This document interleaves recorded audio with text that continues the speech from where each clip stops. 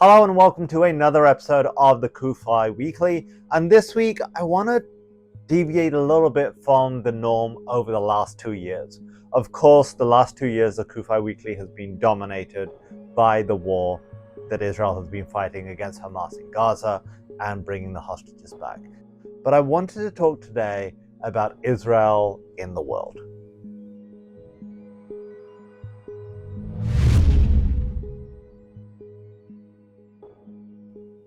While so many demonize Israel, while so many criticize Israel, while so many berate the Jewish state simply for existing, simply for defending itself, we forget of all the good that it actually does.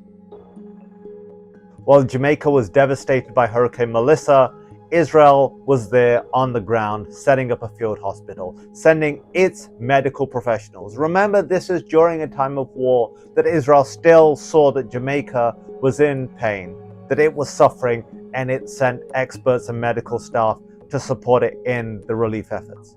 It has donated incubators for children. And this also juxtaposes nicely with another long-term Israeli project which has been changing the world and especially making a dramatic impact in Africa, that is Save a Child's Heart. I have visited Save a Child's Heart numerous times as part of my work with CUFI. And if you've never heard of them, they are a non-profit who bring children from countries who don't have the medical facilities or abilities to operate on complex heart conditions. And they bring them to Israel, do these complicated medical procedures on these children for absolutely no cost at all, for free. And this has been particularly impactful in third world countries in Africa, for example. But what is even more special about this is that Israel doesn't simply bring them, treat them, let them recover and send them home.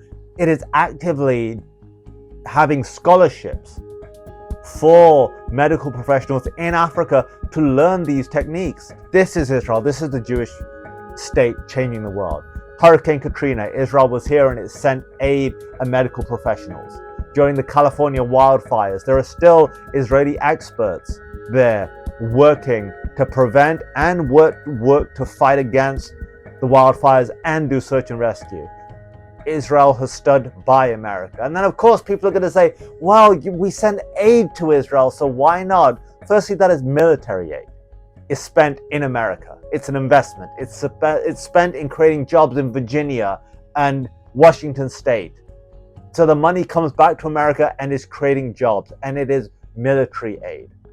Israel has taxation and all these other things for its citizens, which create the healthcare system and all these things. That's how it works. It isn't that complicated. But when America has needed it, Israel has been there. And so many other countries receive American aid. Yet for decades, since its rebirth, Israel has been working to make the world a better place. In places forgotten by the rest of the world, in places that we don't even think about, Israel has been making a difference. Be it through Save a Child's Heart, be it through Israeli disaster relief operations. The receipts, as the kids say, are there. Yet people choose not to look at that. People choose to look the other way because it's not popular, because your famous podcaster has put across some conspiracy theory with zero evidence, but it sounds good and it allows you to hate on the Jews. And this is why it's so key that we continue telling the truth, that we keep sharing these stories. Yes, Israel is at war. Yes, Israel is still trying to bring its last hostages home. But Israel is so much more than just this war. Israel is so much more than this conflict.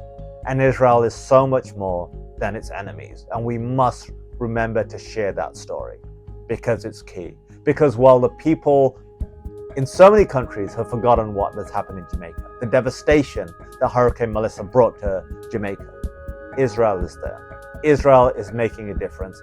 And it's that sort of impact which will remain with the people of Jamaica forever. Just how during Haiti's darkest hour, Israel was there, has remained with the people of Haiti to this day. And I can go on and on. It is incumbent on us to always speak the truth, share the truth, and bring light into the darkness. There will not be a CUFI Weekly next week because of Thanksgiving. Wish you all a very happy Thanksgiving for next week.